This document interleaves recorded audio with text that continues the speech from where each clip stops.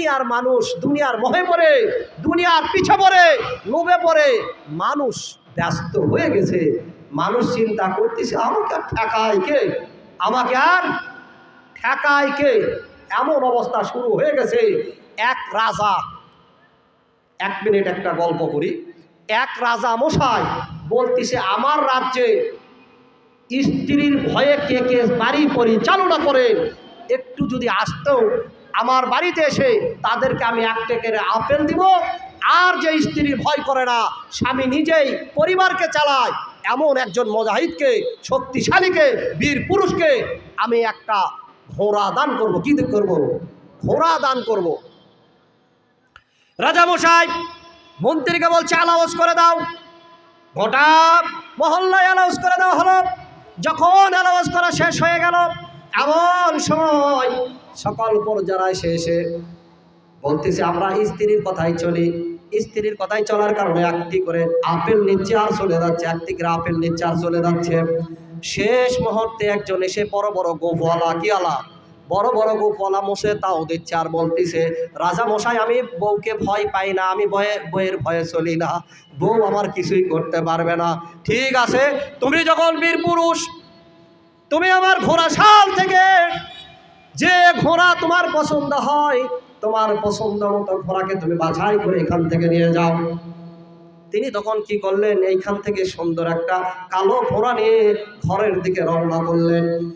ঘরে পৌঁছার পরে সংক্ষেপ বলছি, স্ত্রী বলছে তুমি কালো ঘোড়া কেন নিয়ে এসেছ? বলে রাজা মশাই আমাকে দিয়েছে।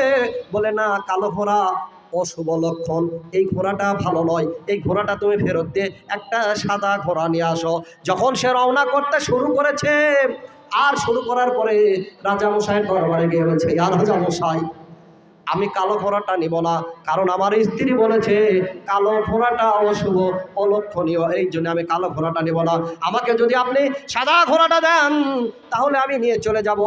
মন্ত্রী মশাইকে রাজা মশাই বলছে এ মন্ত্রী মশাই, সঙ্গে সঙ্গেই ঘোড়াটা এইখান থেকে নিয়ে ঘোড়া শালে গিয়ে বেঁধে রাখো, আর এর হাতে একটা আপেল ধরায়া দাও।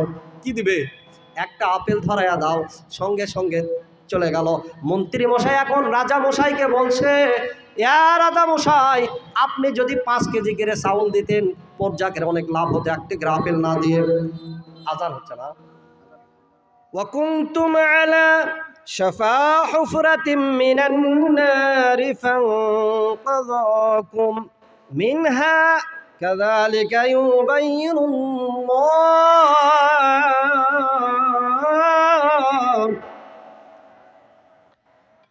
كذلك يبين الله لكم آياته لعلكم تهتدون।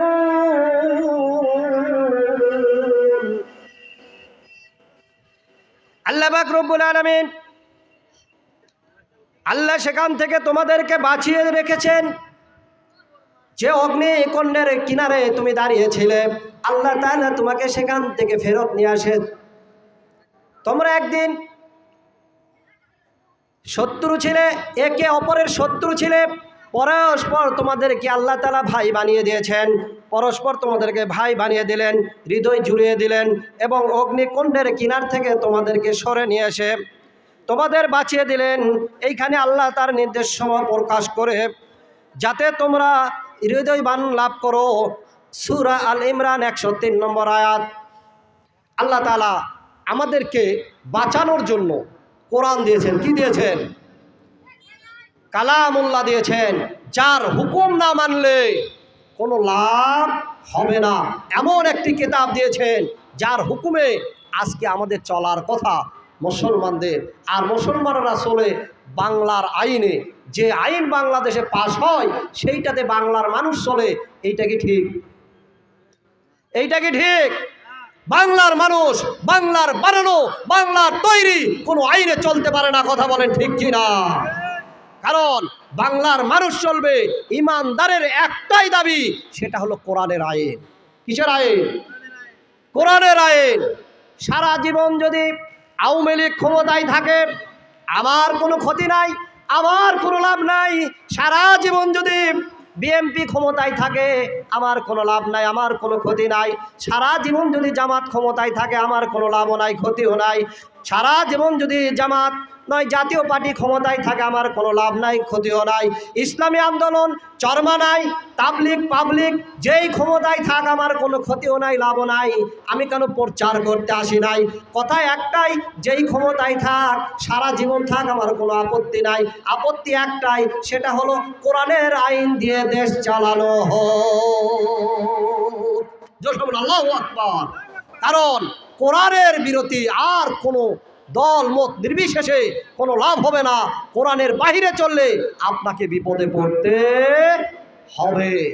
যে নেতার সাথে আপনি চলবেন কিয়ামতের দিন ওই নেতার পিছে ধরে আপনাকে ওয়াসিকাল্লাযীনা কাফারু ইলা জাহান্নামা যুমারা, আল্লাহ তাআলা আপনাকে ফেরেশতা দিয়ে ঘাড় ধাক্কা দিয়ে জাহান্নামের মধ্যে নিক্ষেপ করবে। বলবেন নাউযুবিল্লাহ।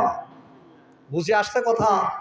যে নেতাকে আপনি অনুসরণ করবেন, যার পিছে পিছে চলবেন, সব কিছু বাদ দিয়ে করছে লিল্লাহে তাকবীর, ইডা বাকুটি বলেন আল্লাহ তাআলার কালামের তাকবীর, ইন্নাদ-দীন ইনদাল্লাহিল ইসলাম, ইসলামকে মানেন আপনি, একমাত্র ইসলামের তাকবীর, সেইটাকে অস্বীকার করেন মুসলমান হয়ে।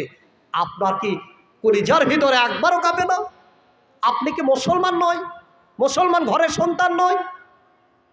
আপনাকে চিন্তা করা উচিত যে সময়টা আপনাকে আল্লাহ তাআলা দিয়েছেন, যে কোনো মুহূর্তে আপনার বাহাদুরি শেষ করে ওই 12 তালার মতো একটু ভূমিকম্পে আপনার পরনের লুঙ্গিও খুলে যেতে পারে, আপনার হুঁশ থাকবে না, আপনি বের হয়ে মানুষের মধ্যে দৌড় দিবেন।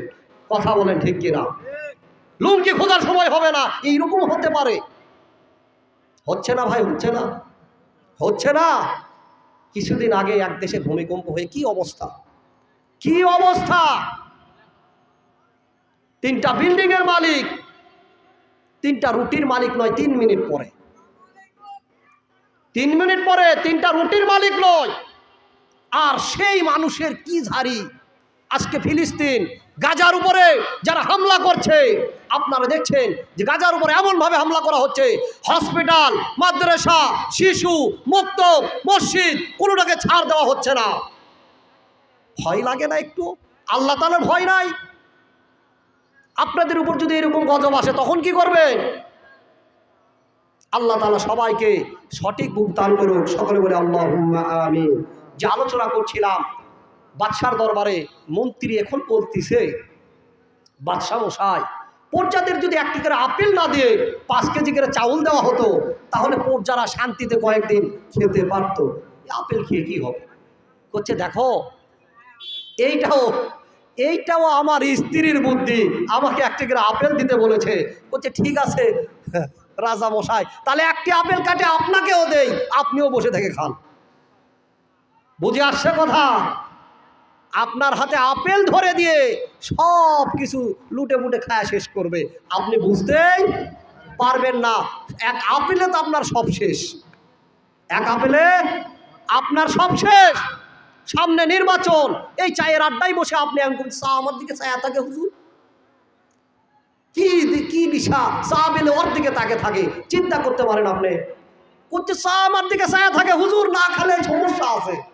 একটা চা খাবে আর তাদের থেকে একজনকে বলবে দাও কিছু দাও, আমার হাতে অনেক ভোট আছে, নিয়ে একটার এইরকম গুজে রাখার পরে আর এক প্রার্থী আলে বলে ভাই আমরা সবাই আপনার দিকে কিছু দেন, দিয়ে আমার এইটারে রাখে।